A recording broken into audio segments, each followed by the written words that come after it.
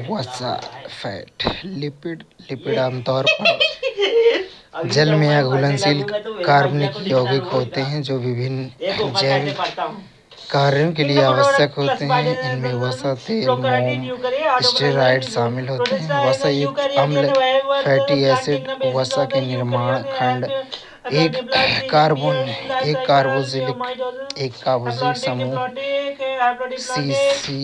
COH द्वारा विशेषता को हाइड्रोकार्बन श्रृंखला आर समूह से जोड़ा जाता है। इन्हें निम्न में वर्गीकृत किया जा सकता है। संतृप्त फैटी एसिड कार्बन परमाणुओं के बीच केवल एकल बंध होते हैं। संतृप्त फैटी एसिड में असंतृप्त फैटी एसिड में कार्बन श्रृंखला के भीतर एक या अधिक दोहरे बंध होते हैं। संतृप्त वसा कार्बन परमाणुओं के बीच केवल एकल बंधों से बना होता है। उनके परिणाम स्वरूप प्रत्येक कार्बन से अधिकतम संख्या में हाइड्रोजन परमाणु बंधे होते हैं। विशेषताओं में आमतौर पर कमरे के तापमान पर ठोस जैसे मक्खन चर्बी असंतृप्त वसा की तुलना में अधिक स्थिर कम खराब होने की संभावना अधिकांशतः जंतु वसा में पाया जाता है, लेकिन कुछ वनस्पति तेलों जैसे नारियल तेल में भी मौजूद होता है। असंतृप्त वसा उनकी संरचना में कम से कम एक दोहरा बंध होता है, जिसके परिणाम स्वरूप कम हाइड्रोजन परमाणु होते हैं। विशेषताएं आमतौर पर कमरे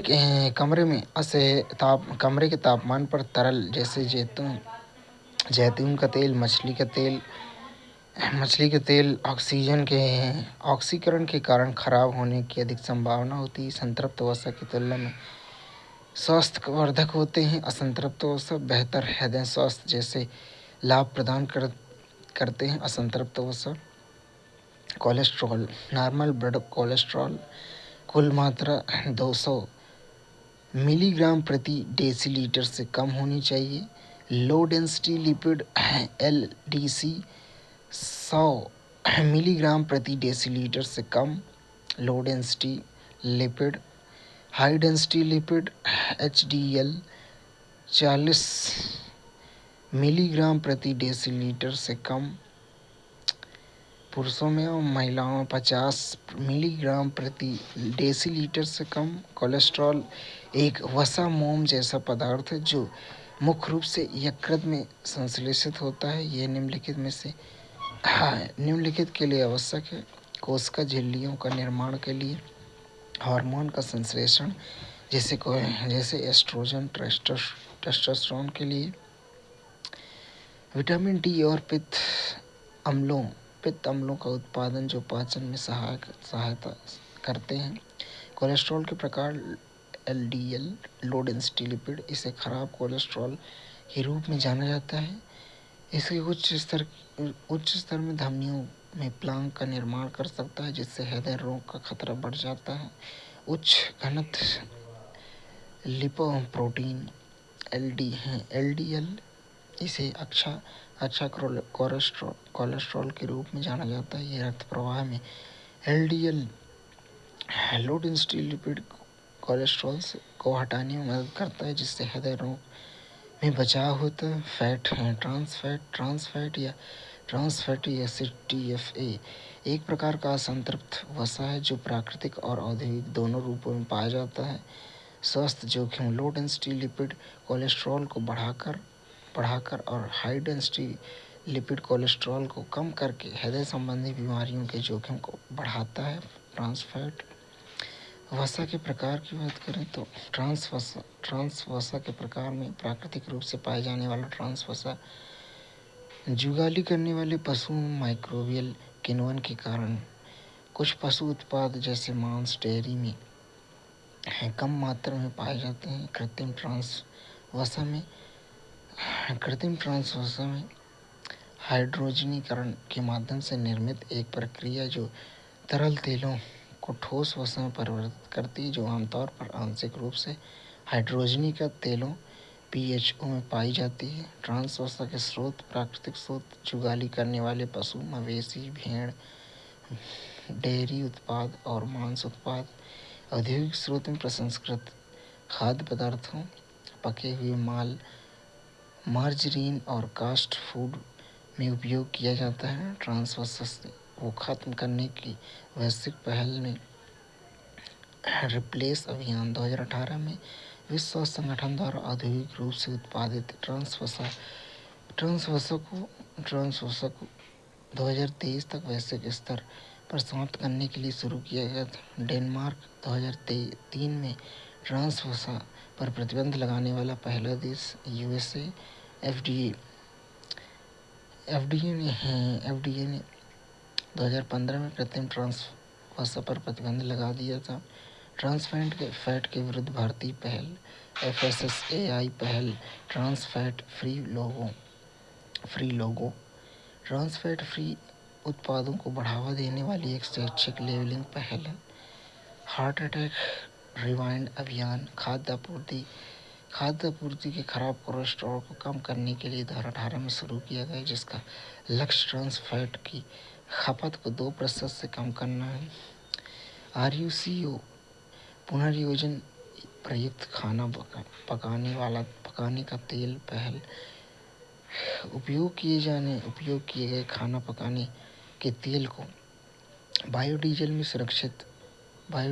सुरक्षित रूप से निपटाने और पुनर्चक्रण को बढ़ावा देता है, स्वास्थ्य जोखिमों को संयोजित करता है और स्थिरता को बढ़ावा देता है।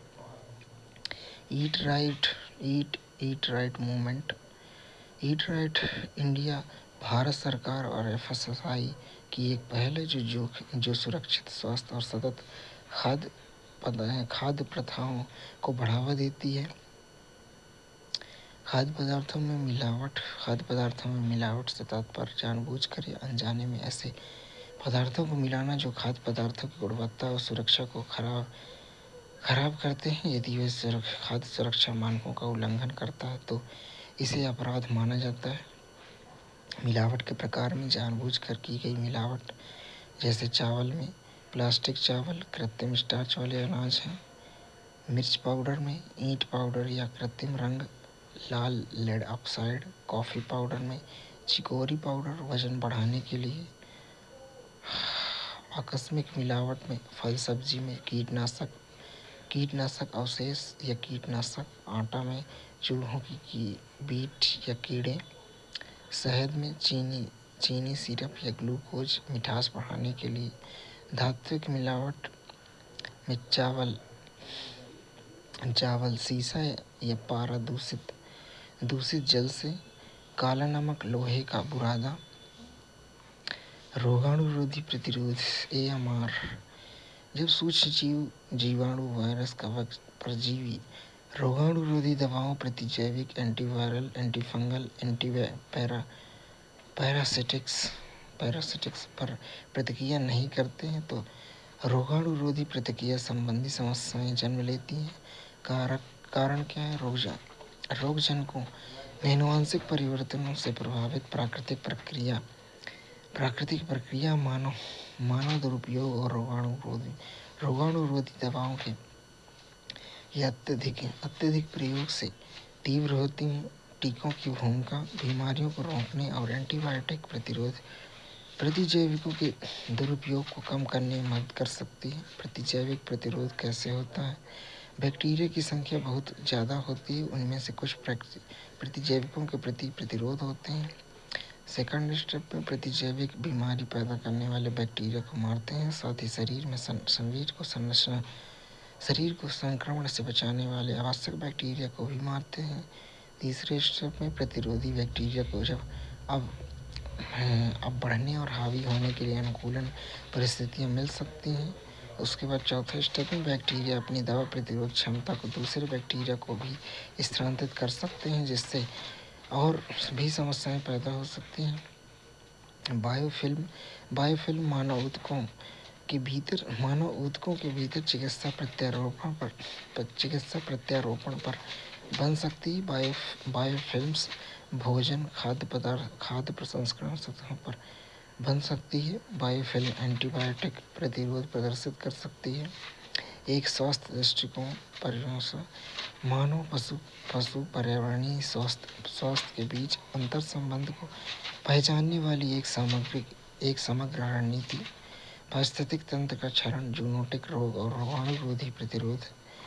वन हेल्थ संयुक्त कार्य योजना 2022 से 26 में स्वास्थ्य संबंधी खतरों से निपटने के लिए AFO, UNEP, WHO और विश्व पशु स्वास्थ्य संगठन शामिल है। भारत की पहल प्रमुख वैज्ञानिक सलाहकार कार्यालय द्वारा राष्ट्रीय वन हेल्थ मिशन का उद्देश्य वन हेल्थ प्रयासों का समन्वय करना, जिसमें शामिल है पशु महामारी तैयारी पहल, animal pandemic preparedness initiative APPI, one health के लिए पशु स्वास्थ्य प्रणाली सहायता AHSSOH, जिसे विश्व बैंक द्वारा वित्त पोषित किया जाता है। पारंपरिक चिकित्सा प्रणाली स्वास्थ्य को बनाए रखने और बीमारियों का इलाज करने के लिए स्वदेशी मान्यताओं पर आधारित ज्ञान और प्रथाओं को शामिल करती है। भारत में प्रमुख प्रणालियों में आयुर्वेद, योग, प्राकृतिक चिकित्सा, यूनानी, सिद्धा, योगा रिप्पा, ऐसे सोवा रिप्पा, होम्योपैथी, आयुष। सरकारी सहायता, आयुष मंत्रालय मुख्यधारा की स्वास्थ्य सेवाओं में अनुसंधान और एकीकरण को बढ़ावा देता है। पारंपरिक ज्ञान, डिजिटल लाइब्रेरी TKDL भारतीय चिकित्सा प्रणालियों से संबंधित ज्ञान को संरक्षित करती है।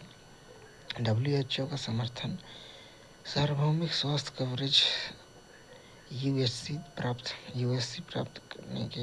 करने में पारंपरिक चिकित्सा की भूमिका को मान्यता देता है।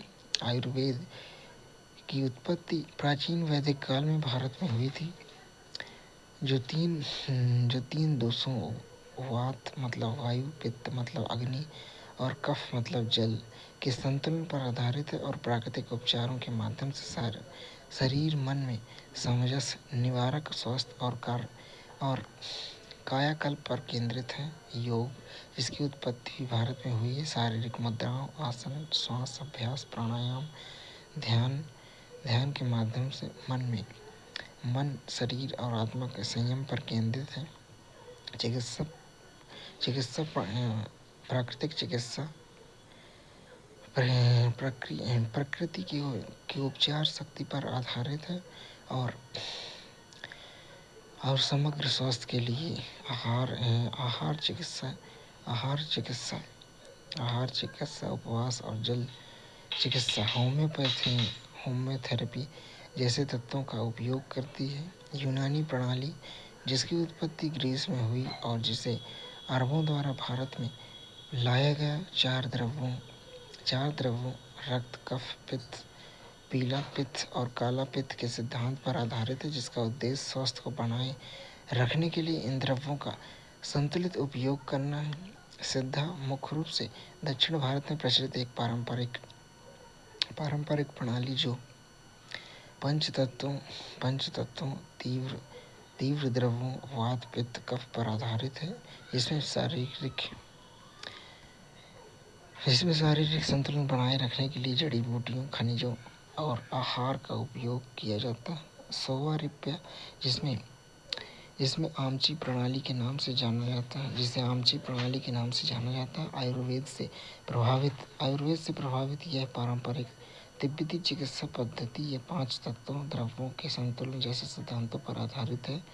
यह मुख्यतः अष्टांग हृदय, जो कि एक प्रमुख आयुर्वेदिक ग्रंथ है, से लिया गया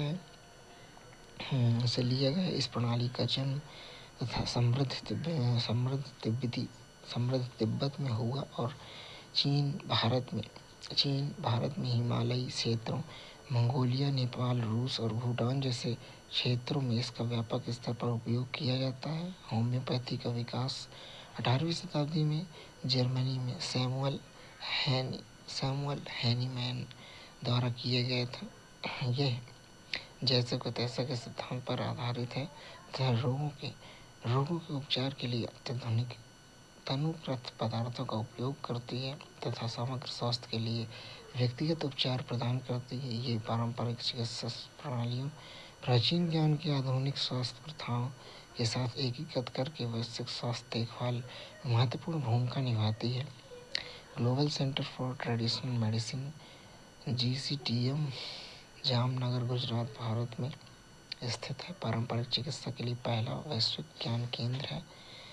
वित्तीय प्रतिबद्धता: भारत ने इसकी स्थापना संचालन का समर्थन करने के लिए लगभग $250 मिलियन अमेरिकी डॉलर देने की प्रतिबद्धता जताई है।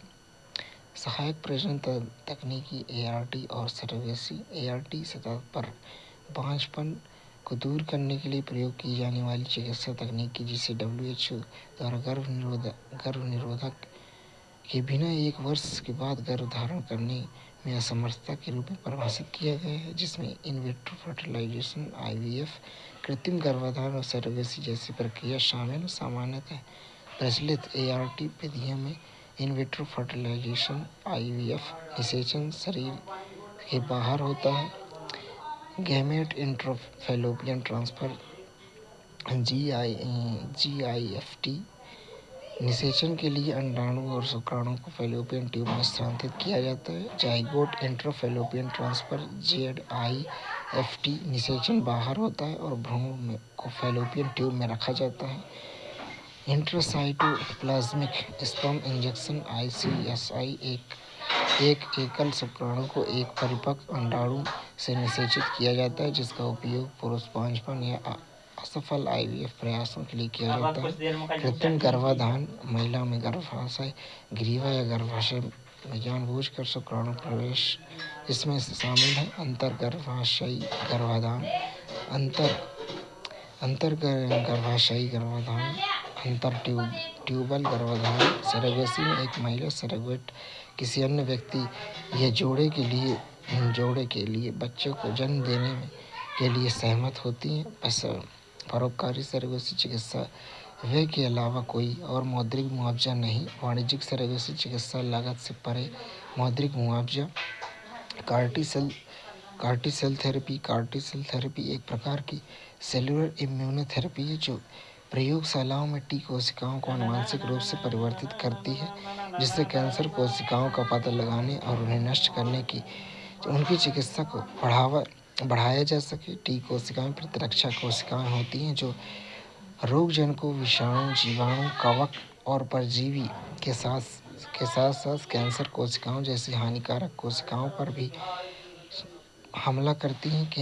केंद्रीय औषधि मानक नियंत्रण संगठन CDSCO ने नेक्सकार 19 को मंजूरी दे दी, जो IIT बॉम्बे में इनक्यूबेट की गई कंपनी इम्यूनो एक्ट द्वारा विकसित एक स्वदेशी CAR-T सेल थेरेपी है।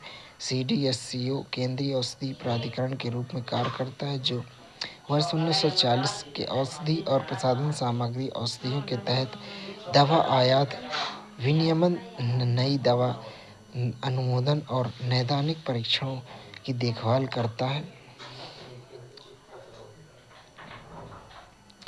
सूचना और संचार प्रौद्योगिकी: विद्युत चुम्बकीय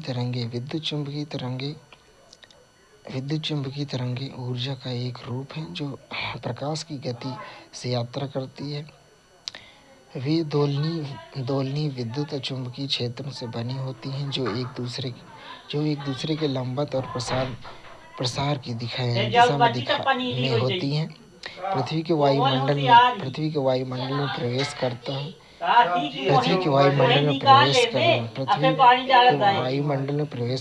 प्रकाश, जिसमें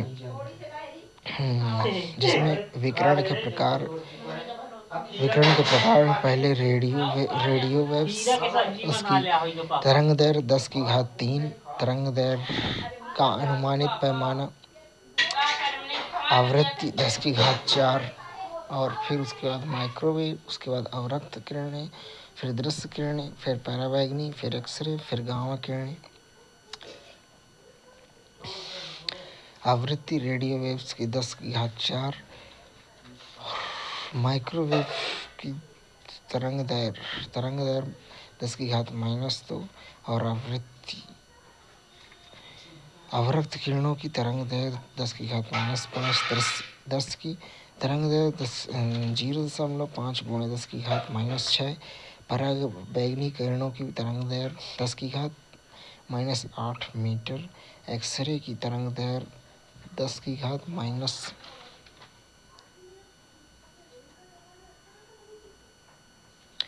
गामा किरणों की तरंगदैर्घ्य 10⁻⁻12। एक्सरे की तरंगदैर्घ्य 10⁻⁻10। आवृत्ति रेडियो तरंगों की आवृत्ति 10⁻4।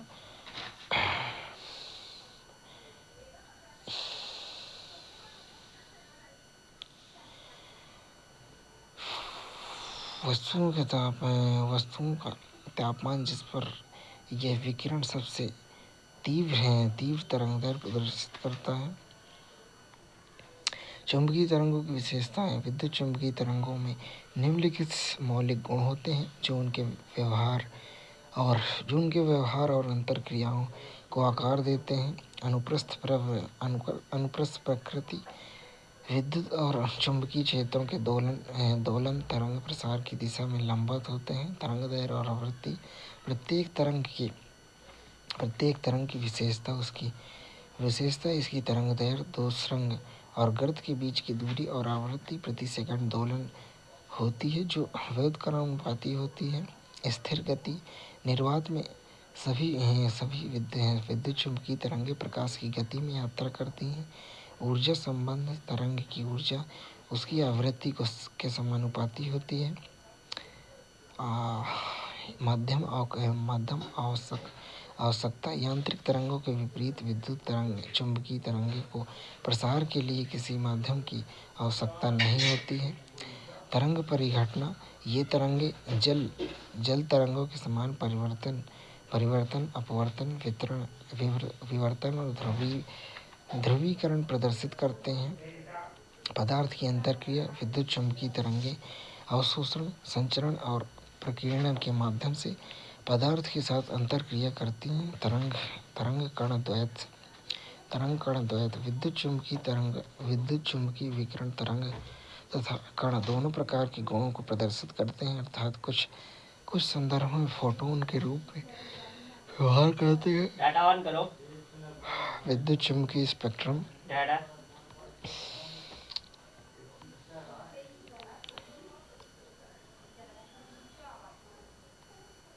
ऑन है।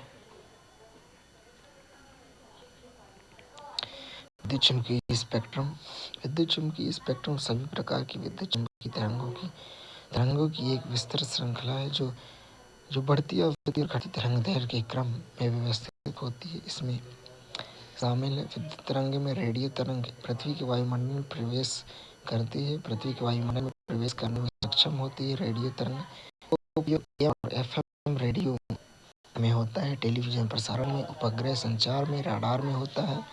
माइक्रोवेव पृथ्वी के वायुमंडल में प्रवेश कर जाती हैं। इसका उपयोग मोबाइल फोन में, उपग्रह संचार, राडार, माइक्रोवेव ओवन में होता है। प्रयोग। अवरक्त किरणें वायुमंडल द्वारा पृथ्वी के वायुमंडल में आंशिक रूप से अवशोषित, विशेषकर जलवाष्प और कार्बन डाइऑक्साइड द्वारा। और अवरक्त किरणों का उपयोग remote sensing, thermal imaging, night vision और अवरक्त खगोल विज्ञान में होता है। वायुमंडल द्वारा आंशिक रूप से अवशोषित प्रकाश का उपयोग मानव दृष्टि में होता है। फोटोग्राफिक में ऑप्टिकल दूरबीन होता है। अधिकांश पराबैंगनी किरणें अल्ट्रावायलेट रेज विकिरण ओजोन परत द्वारा अवशोषित हो जाती हैं, जिससे हानिकारक प्रभाव से सुरक्षा मिलती है। इसका उपयोग चिकित्सीय उपचार, नसबंदी, स्टरलाइजेशन और टैनिंग बेड में होता है। एक्सरे पृथ्वी के वायुमंडल द्वारा अवशोषित हो जाती हैं। इसका उपयोग चिकित्सा इमेजिंग, एक्सरे, औद्योगिक उपयोग, रेडियोग्राफी में। गामा किरणें पृथ्वी के वायुमंडल द्वारा अवशोषित हो जाती हैं। इसका उपयोग चिकित्सा उपचार, रेडिएशन थेरेपी, भौतिक अनुसंधान में हुआ है। जहाँ सूर्य सर्वाधिक तेज चमकता है। सूर्य पूरे विद्युत चुंबकीय स्पेक्ट्रम से ऊर्जा उत्सर्जित करता है, लेकिन इसकी अधिकतम तीव्रता दृश्य प्रकाश में होती है। जो लगभग 500 नैनोमीटर नीला हरा पर चरम पर होती है।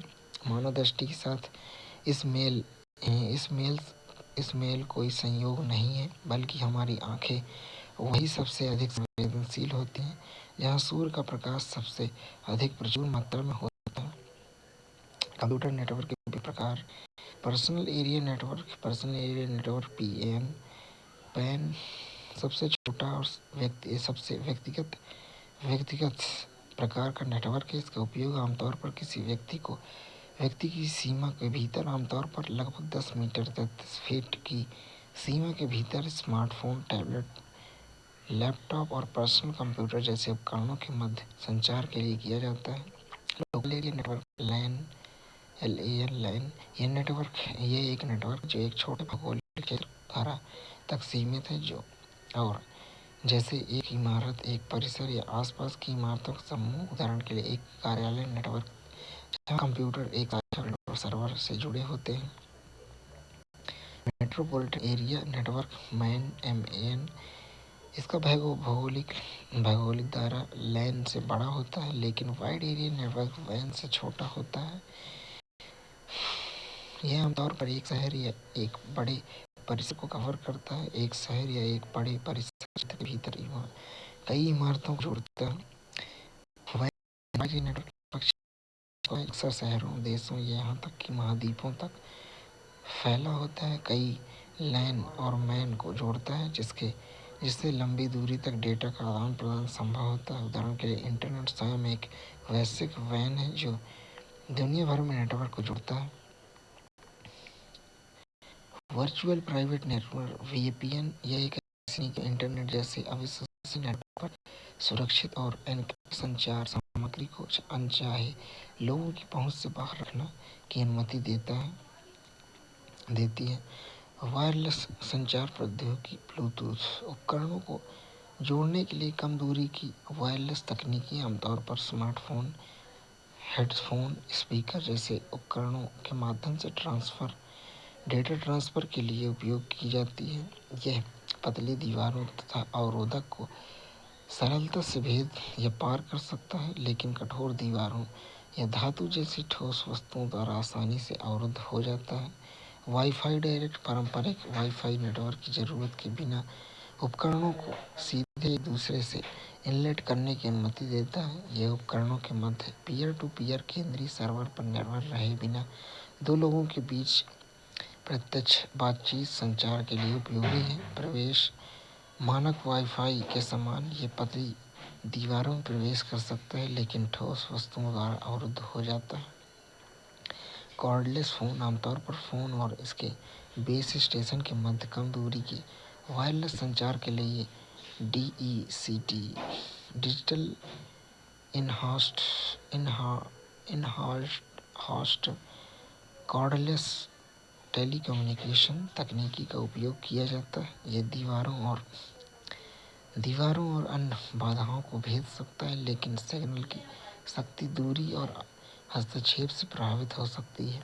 हॉटस्पॉट एक भौतिक स्थान जहां लोग इंटरनेट सेवा प्रदाता से जुड़े राउटर के साथ वायरलेस लोकल एरिया नेटवर्क के माध्यम से आमतौर पर वाईफाई का उपयोग करके इंटरनेट का उपयोग कर सकते हैं। यह मानक वाईफाई के समान प्रवेश करता है। Wifi wireless local area network तकनीकी जो उपकरणों को इंटरनेट से कनेक्ट करने और वाईफाई राउटर या एक्सेस पॉइंट एक उपकरण की एक निश्चित सीमा के भीतर एक दूसरे के साथ संचार करने की अनुमति देता है। ब्लूटूथ के समान यह पतली दीवार को भेज सकता है, लेकिन ठोस वस्तुओं द्वारा अवरुद्ध हो जाता है। वाईमैक्स माइक्रोवेव एक्सेस के लिए विश्वव्यापी इंटरऑपरेबिलिटी यह वायरलेस संचार मानक जो उच्च गति, लंबी दूरी की ब्रॉडबैंड कनेक्शन प्रदान करता है। इसे wireless metropolitan area network WMAN के लिए डिज़ाइन किया गया है। यह दीवारों और अन्य बाधाओं को भेज सकता है, लेकिन सिग्नल की शक्ति दूरी और भूभाग से प्रभावित हो सकता है। लाइफाई एक वायरलेस संचार तकनीकी जो डेटा संचारित करने के लिए प्रकाश का उपयोग करती है। ये दृश्य प्रकाश संचार VLC विजुअल लाइट कम्युनिकेशन का एक रूप है जो उच्च गति द्विदिशात्मक संचार प्रदान कर सकता है। यह वाईफाई की तुलना में अधिक उच्च कुशल है तथा कार्यालय, घर, अन्य स्थानों पर तेजी से संचार और कनेक्शन प्रदान कर सकता है। यहाँ प्रकाश की वस्तु से बाधित नहीं होता है। VLC 375 से 780 nm की विद्युत चुम्बकीय स्पेक्ट्रम तरंगदैर्घ्य का उपयोग करता है। VLC ब्लूटूथ की तुलना में अधिक तेजी से बड़ी मात्रा में डेटा संचारित कर सकता है। VLC में कोई विद्युत चुम्बकीय हस्तक्षेप नहीं है, अपारदर्शी वस्तुओं द्वारा आसानी से अवरुद्ध होता है।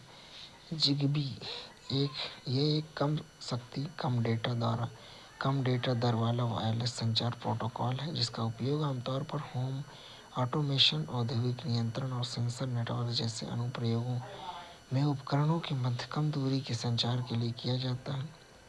इंफ्रारेड IR इसमें वायरलेस डेटा ट्रांसफ़र के लिए अवरक्त प्रकाश इंफ्रारेड लाइट का उपयोग शामिल है।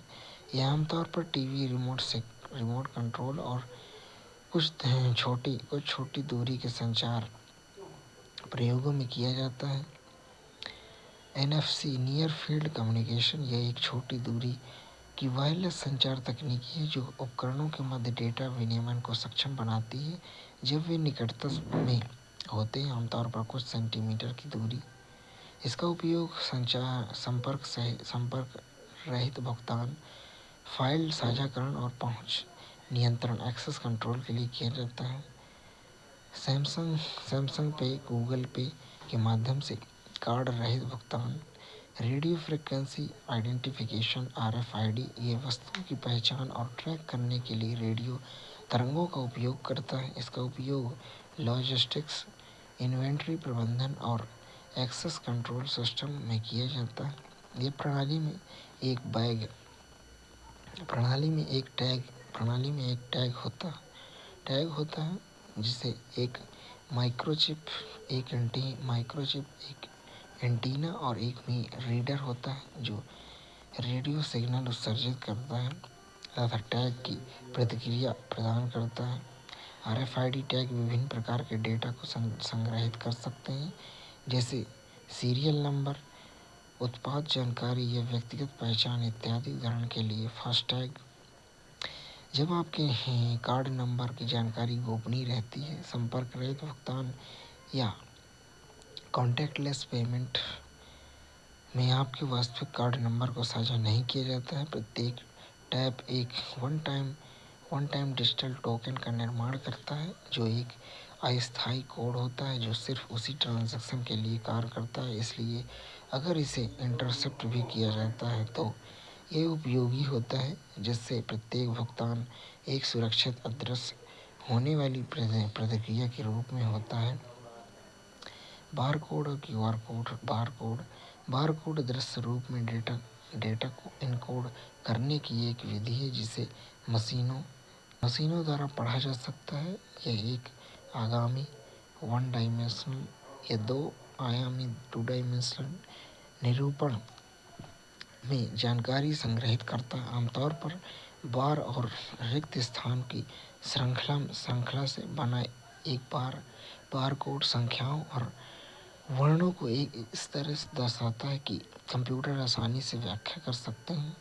QR कोड का अर्थ क्विक रिस्पांस कोड है। यह तकनीकी एक ऐसे प्रारूप से जानकारी के भंडारण की अनुमति देती है जिसे उपकरण द्वारा जल्दी से स्कैन और समझा जा सकता है। QR कोड वर्तमान तकनीकी युग में विशेष रूप से प्रचलित है, जो आमतौर पर मोबाइल भुगतान प्रणालियों सहित अन्य अनुप्रयोगों के लिए प्रयोग किए जाते हैं जिन्हें तेजी से डेटा पुनर्प्राप्ति की आवश्यकता होती है। बारकोड की भंडारण क्षमता सीमित होती है और आमतौर पर संख्यात्मक डेटा जैसे 20 से 25 अक्षर हो सकते हैं। इसके विपरीत QR कोड की क्षमता बहुत अधिक होती है।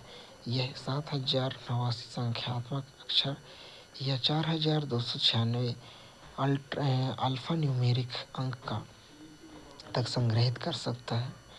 सुदूर संवेदन ये विद्युत चुम्बकीय ऊर्जा का उपयोग करके दूर की वस्तुओं की भौतिक विशेषताओं का विश्लेषण करने की तकनीकी है। इसमें फोटोग्राफी, भूभौतिकी सर्वेक्षण और विद्युत चुम्बकीय स्पेक्ट्रम के विभिन्न भागों का उपयोग करने वाली उन्नत विधियां शामिल हैं। सुदूर संवेदन उपकरणों सेंसर के प्रकार में सुदूर संवेदन उपकरण पृथ्वी की सतह से परावर्तित ऊर्जा का पता लगाकर डेटा एकत्र करते हैं। इन्हें उपग्रहों या विमानों पर लगाया जा सकता है। सुदूर संवेदन उपकरण निम्नलिखित प्रकार के होते हैं। निष्क्रिय सेंसर वे उपकरण या सेंसर पृथ्वी की सतह से परावर्तित या उत्सर्जित प्राकृतिक ऊर्जा को मापते हैं।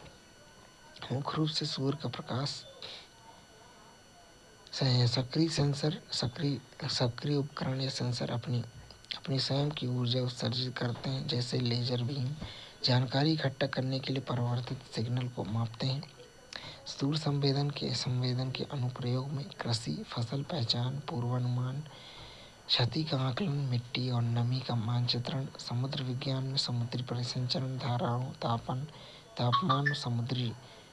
समुद्री हिमखंड की निगरानी, खतरे का आकलन, तूफान, भूकंप, कटाव, बाढ़ संबंधी जानकारी, प्राकृतिक संसाधन प्रबंधन में भूमि उपयोग, आर्द्रभूमि मानचित्रण, वन्यजीव आवास पहचान, मौसम पूर्वानुमान, मौसम प्रतिरूप, वर्षा, तापमान आदि का विश्लेषण, पर्यावरण निगरानी, ग्रीनहाउस गैस स्रोतों की मात्रा का पता लगाना तथा पारिस्थितिकी तंत्र की सुदृढ़ता, सैटेलाइट रिमोट सेंसिंग में भूमि की सतह का तापमान, ग्रीनहाउस गैस आकलन, एयरक्राफ्ट सेंसर में उत्सर्जन, हॉटस्पॉट के लिए उपग्रह डेटा को बेहतर बनाना, lidar light detection and ranging, पृथ्वी की सतह से दूरी मापने के लिए स्पंदित लेजर लाइट का उपयोग करता है, जो विस्तृत 3D क्षेत्र संबंधी आंकड़े प्रदान करता है। मुख्य घटक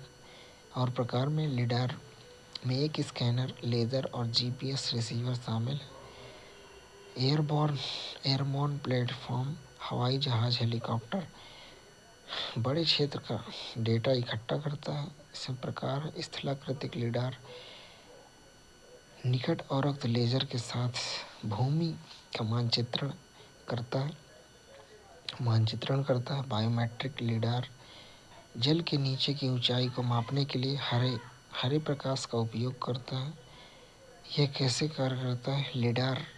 लिडार प्रकाश के भूमि तक पहुंचने और वापस लौटने के समय को मापता है तथा इसे ऊंचाई संबंधी आंकड़ों में परिवर्तित करता है।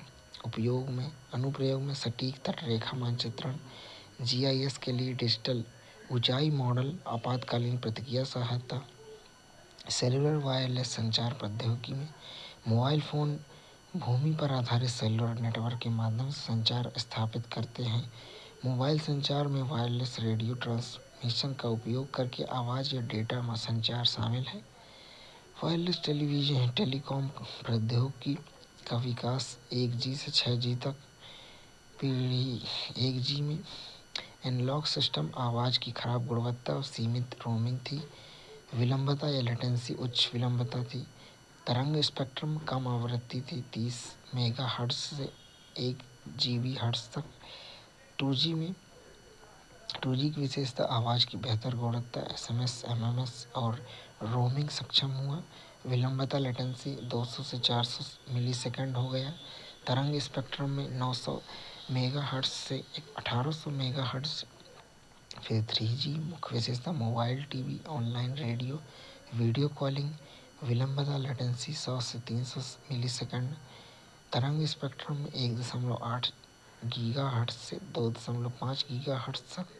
4G में मुख्य विशेषता बेहतर कॉल के लिए LTE सिस्टम, VoLTE और Vio वाईफाई।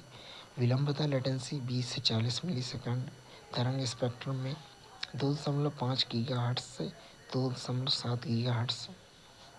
5G कम विलंबता, उच्च प्रवाह क्षमता, IoT इंटरनेट ऑफ थिंग्स के लिए आदर्श। लेटेंसी इसमें 1 मिलीसेकंड जितना कम। तरंग स्पेक्ट्रम 5G की 30 गीगाहर्ट्ज़ से 300 गीगाहर्ट्ज़ मिलीमीटर तरंग। 6G की विशेषता 100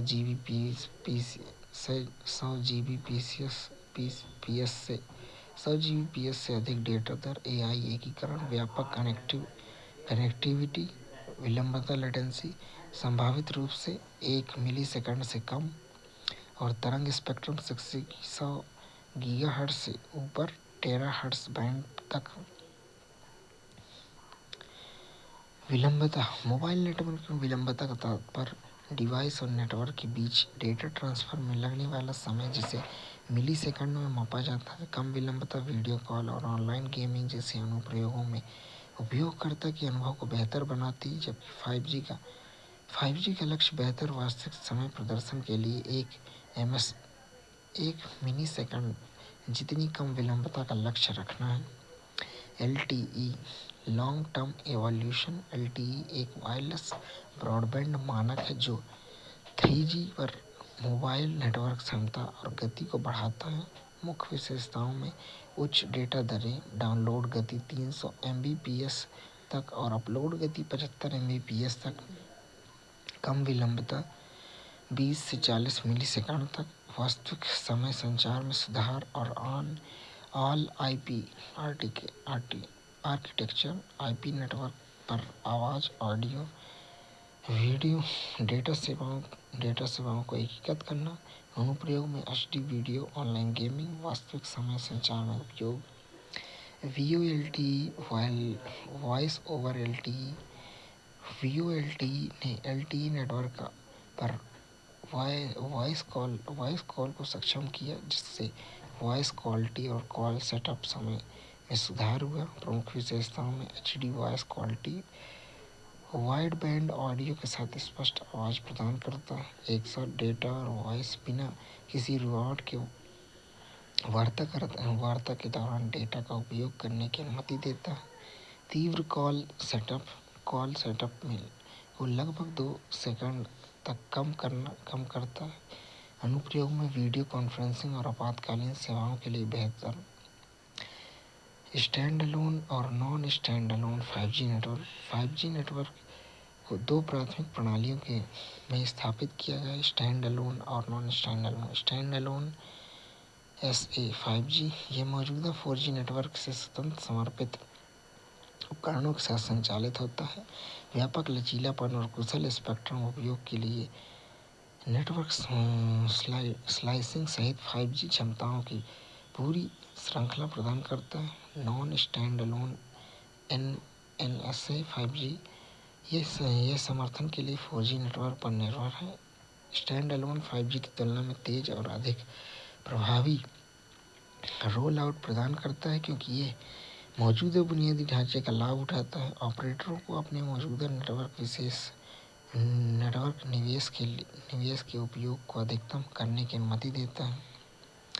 voice over internet protocol VoIP यह आवाज़ को डिजिटल पैकेट में बदलने के लिए IP सक्षम डिवाइस और ब्रॉडबैंड कनेक्टिविटी का उपयोग करता है, जिसे फिर पैकेट स्विच्ड नेटवर्क पर प्रसारित किया जाता है। VoIP के लाभ में लागत प्रभावी वीडियो कॉन्फ्रेंसिंग और email call forwarding, wireless voicemail call recording, call setting जैसे अन्य संचार उपकरण के साथ एकीकृत।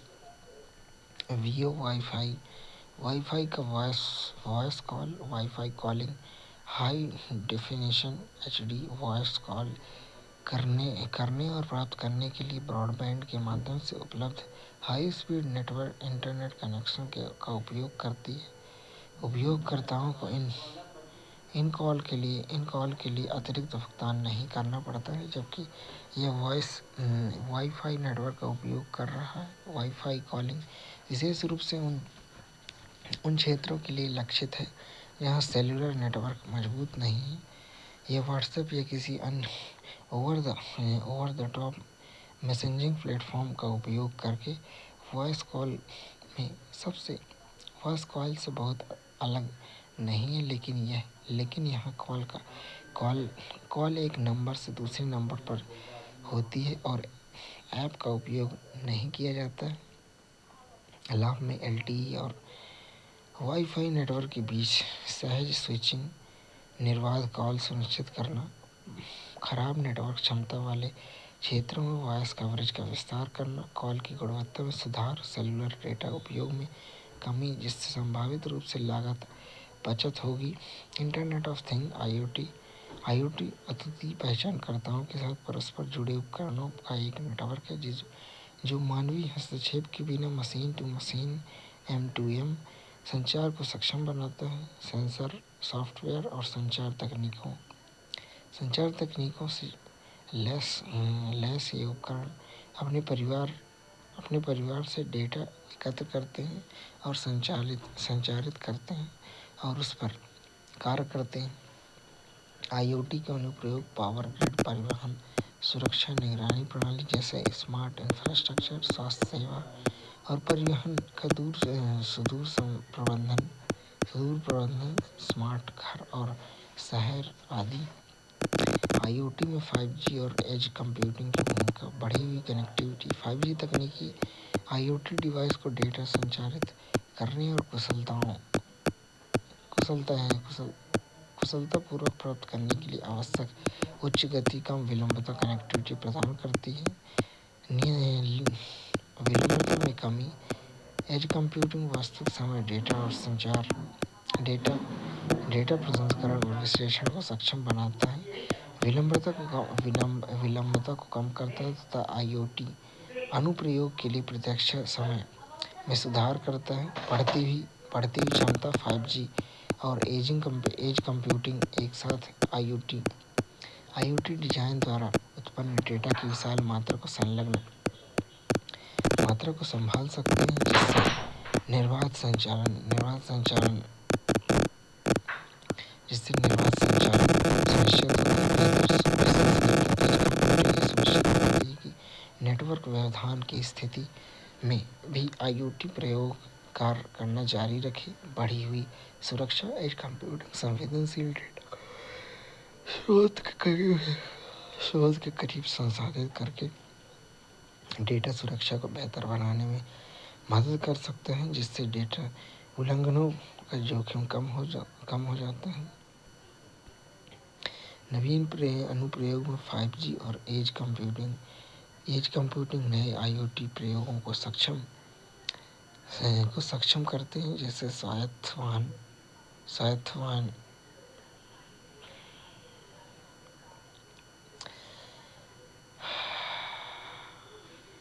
सेलुलर संचार में प्लेटफॉर्म शेयरिंग से तात्पर्य सहयोगी अवस्था से है जहां कई मोबाइल नेटवर्क ऑपरेटर MNO बुनियादी ढांचे घटकों को साझा करते हैं जिससे base station, tower, backhaul network. यह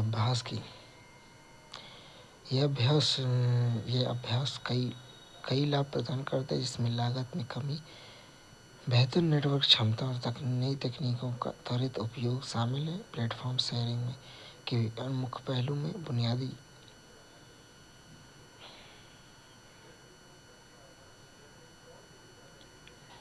प्लेटफॉर्म शेयरिंग के मुख्य पहलू की बात करें, बुनियादी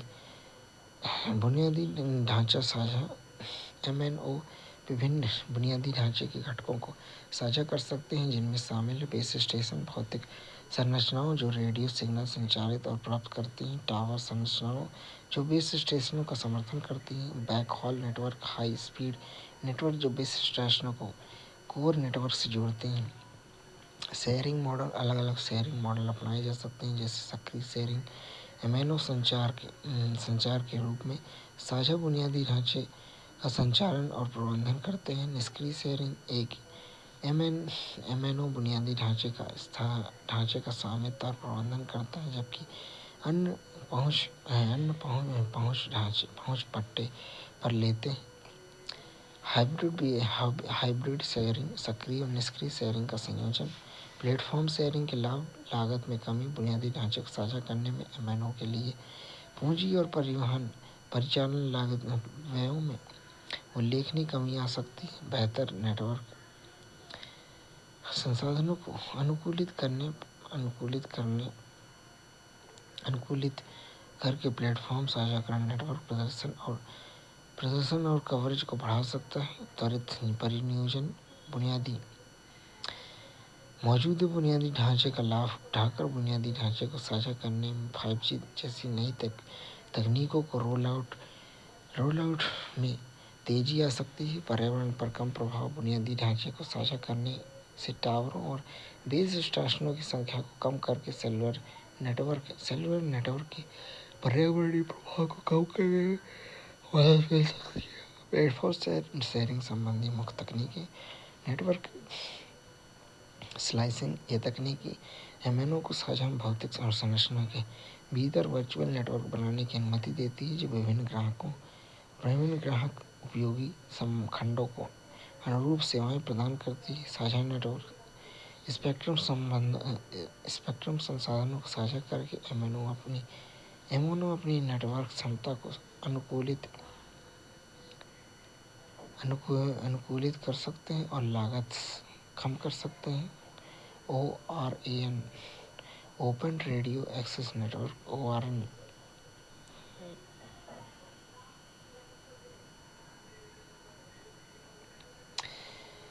साझा स्पेक्ट्रम साझा करके एमएनओ अपनी नेटवर्क क्षमता की अनुकूलित कर सकते हैं और लागत कम कर सकते हैं। ORAN open radio access network ORAN एक खुला मॉड्यूलर आर्किटेक्चर है जो नेटवर्क परिनियोजन में अंतर संचालन और लचीलापन सक्षम बनाता है। यह हार्डवेयर और सॉफ्टवेयर घटकों को अलग करके प्लेटफॉर्म शेयरिंग की सुविधा प्रदान कर सकता है।